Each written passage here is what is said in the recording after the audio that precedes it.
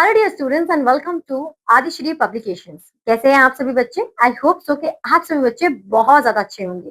तो बच्चों, जैसा कि हमने वादा किया था कि जब हम अपनी नेक्स्ट क्लास शुरू करेंगे तो उसमें हम अपने multiplying of fraction and whole number के कॉन्सेप्ट से स्टार्ट करेंगे। तो आज चलिए शुरू करते हैं और देखते हैं कि कैसे हम एक फ्रैक्शन को एक होल नंबर से मल्टीप्लाई करना है। लेकिन उसके साथ साथ आपको ये भी ध्यान रखना है कि आपने अपना पहला वाला होमवर्क अच्छी तरीके से सॉल्व किया हो, तभी आप इस वीडियो को आगे देखिए। नहीं तो पहले होमवर्क सॉल्व कीजिए और फिर नेक्स्ट कॉन्सेप्ट को समझेगा। चलिए बच्चों शुरू करते हैं। यहाँ पर अब आप क्या देखेंगे कि अगर जैसे आप नॉर्मल मल्टीप्लाई करते हैं तो 2 मल्टीप्लाई बाय 5 करेंगे तो आपका आंसर आ जाएगा 10, विच मीन्स क्या है कि आपने 5 को 2 टाइम्स ऐड किया, राइट? तो 5 + 5 10। Suppose you represent 1 then will take, यानी कि आप एक को रिप्रेजेंट कर रहे हैं तो ये हाफ हो जाएगा। Now guess what will 1 2 3 4 5 represent. So 5 times आप रिप्रेजेंट कर रहे हैं हाफ को, तो इसे कैसे सॉल्व करेंगे आप? 5 मल्टीप्लाई बाय 1 डिवाइडेड बाय 2। यहाँ पर सिंपल सी बात आप ये देखेंगे कि जब होल नंबर के साथ आप एक फ्रैक्शन को मल्टीप्लाई कर रहे हैं तो सिर्फ न्यूमरेटर और होल नंबर मल्टीप्लाई होता है, डिनोमिनेटर एज इट इज आ जाता है। ठीक है, आगे चलते हैं। यहाँ पर देखिए, आपको ये होल नंबर को सीधा न्यूमरेटर से मल्टीप्लाई करना है। 6 5 जा 30 और आपका जो ये डिनोमिनेटर है एज इट इज रहेगा। 3 5 जा 15 और 4 आपका, यानी कि आपका डिनोमिनेटर एज इट इज रहेगा। आंसर आ जाएगा 15/4।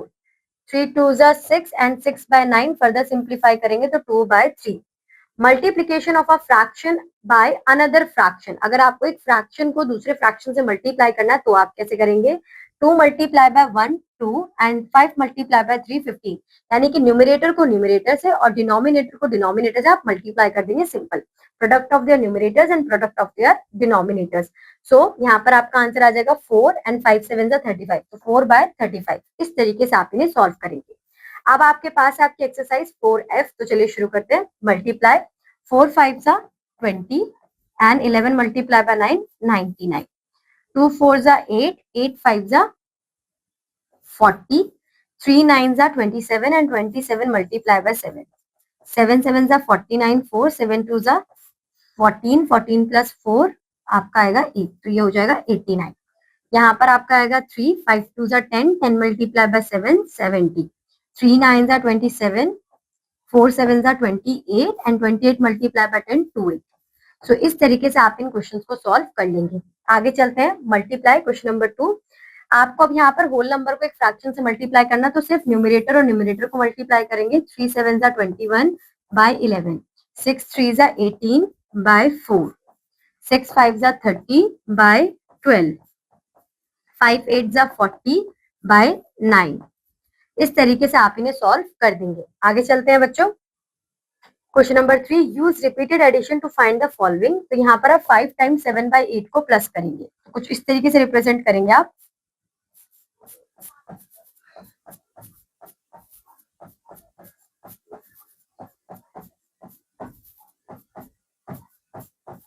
आपका आंसर क्या आएगा? 5 7 जा 35, तो 35/8 आपका आंसर आ जाएगा। Same for this 3/5 plus 3/5 plus 3/5, answer आपका आएगा 9/5। यहाँ पे भी 9/5। Find the product. तो यहाँ पर 5 4 जा 20 एंड 8 9 जा 72, 15 4 जा 60 एंड यहाँ पर आएगा 80। फर्दर सिंप्लीफाई करेंगे तो ये आपका आ जाएगा 3/4। इस तरीके से आप इन्हें सॉल्व कर लेंगे। आगे चलते हैं बच्चों। यहाँ पर आपका आ जाएगा आंसर 70 और यहाँ पर आ जाएगा 5 6 1 165। यहाँ पर आएगा 30 55 मल्टीप्लाई बाय 6, तो 6 5 जा 33 एंड 6 5 जा 33। तो इस तरीके से आप इन क्वेश्चंस को सॉल्व कर लेंगे। अब हम देखेंगे डिवीजन ऑफ अ फ्रैक्शन। तो यहाँ पर आपको बस जो मल्टीप्लाई हम जैसे करते थे वैसा ही करना है, पर जो आपका सेकंड वाला फ्रैक्शन होगा उसका रेसिप्रोकल कर देना। उसे आप मल्टीप्लिकेटिव इनवर्स भी कह सकते हैं। सॉरी, आपको उसका रेसिप्रोकल करना। मल्टीप्लिकेटिव इनवर्स समझते हैं कि जब हम किसी नंबर को मल्टीप्लाई करें और आपका answer end of the moment 1 आए, two numbers are said to be multiplicative inverse of each other if their product is 1. So 3 multiply by 1/3, तो आंसर आएगा 3/3। तो आपको जब इसे सिंप्लीफाई करोगे तो ये आ जाएगा 1। 5 6 जा 30 एंड 6 5 जा 30, तो आंसर आ जाएगा 1। इसे आप कहते हैं multiplicative inverse. Multiplicative inverse of 1/2 is 2/1, तो आंसर आपका क्या आएगा, यहाँ पर 1 आएगा। 4 is 1/4 and 4/7 is 7/4। ठीक है, आगे चलते हैं। Division of a fraction by a whole number. तो अगर आपको डिवीजन करना हो बाय होल नंबर तो आप क्या करेंगे, पहले आप मल्टीप्लिकेटिव इनवर्स देखेंगे 5 का, क्या होता है 1/5।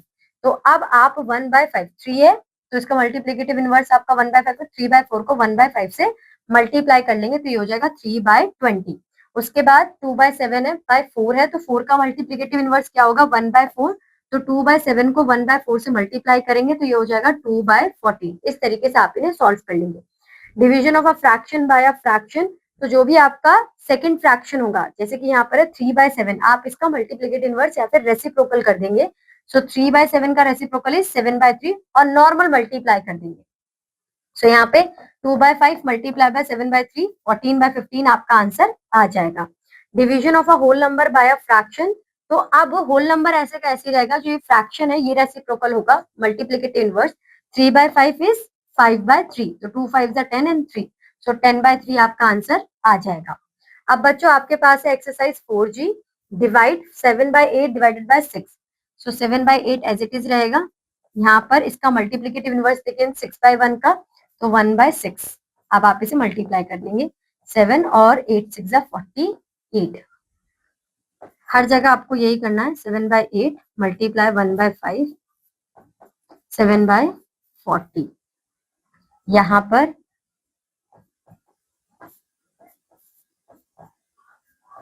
अब आप इसे सॉल्व कर लेंगे, यहाँ पर 8 एंड 110 आपका आंसर आ जाएगा। इस तरीके से आप इन्हें सॉल्व करेंगे।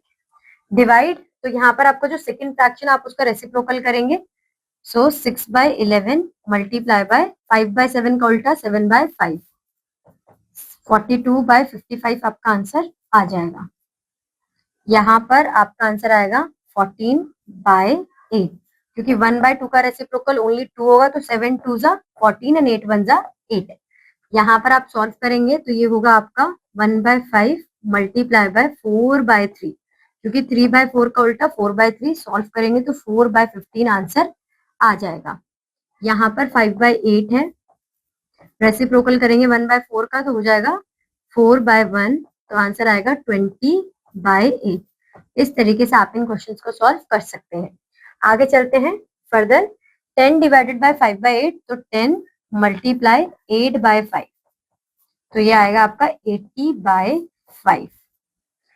16 मल्टीप्लाई 4/7 का उल्टा 7/4, आप इसे सॉल्व करेंगे।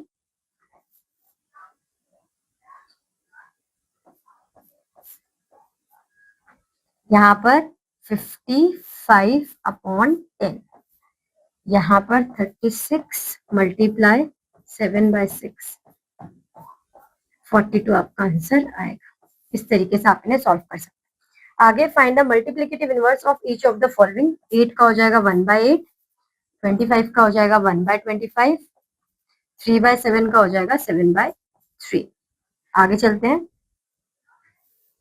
अब हमारे पास आएंगी स्टोरी प्रॉब्लम्स, यानी कि हमें क्वेश्चन ही सॉल्व करने जो हमने अभी तक पढ़ा, लेकिन जो सिचुएशंस आएंगी वो स्टोरीज में आएंगी। ठीक है, सो पहला हमारे पास एग्जांपल नंबर 1 है, Priya bought 3/5 metre of ribbon and Kanta bought 1/2 metre of ribbon, who bought longer ribbon and by how much. तो आप जो बड़ा होगा उसी के बेसिस पे बता सकते हो। तो पहले इनका डिनोमिनेटर हम सेम करेंगे, 5 2 10 होता है, तो हमको इनका डिनोमिनेटर क्या करना है 10, क्योंकि एलसीएम 10 आया है। तो ऊपर नीचे 2 से मल्टीप्लाई करा 6/10, और यहाँ पर ऊपर नीचे 5 से मल्टीप्लाई किया तो 5/10। नाउ यू कैन इजिली बता सकते हैं कि कौन बड़ा होगा, ऑब्वियसली 6/10। ठीक है, तो ये आपका ज्यादा रिबन होगा।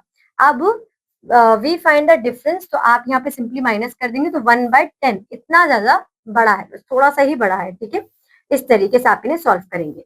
Example number 4, Manohar covered 3/8 kilometre in the first hour and 1/3 kilometre in the second hour, what distance did he covered in these 2 hours. तो आप इन दोनों को प्लस कर लेंगे, आपका आंसर आ जाएगा। सबसे पहले हम एलसीएम इनका लेंगे, 8 और 3 का आंसर आएगा 24। सो आप ऊपर नीचे यहाँ पे मल्टीप्लाई करेंगे 3 से और यहाँ पर 8 से, तो 9 + 8 एंड 24 इज कॉमन, तो 17/24 किलोमीटर आपका आंसर आ जाएगा। Now students we have exercise 4H, a notebook weight 7/12 kg, find the weight of such 48 books.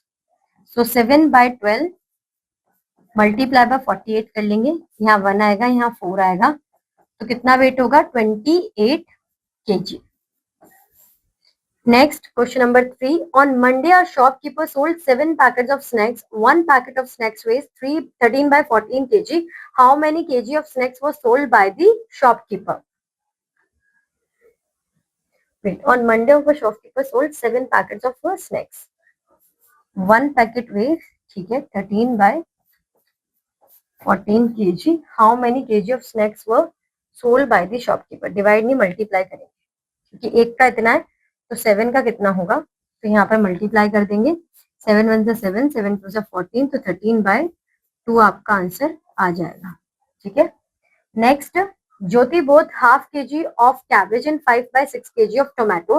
What is the total weight of vegetables both? तो इन दोनों का एलसीएम लेंगे तो आंसर आएगा 6 आपका, यहाँ पर 3 आ जाएगा, यहाँ पर ऑलरेडी है तो मल्टीप्लाई नहीं करेंगे. 8 by 6 आपका आंसर आ जाएगा kg.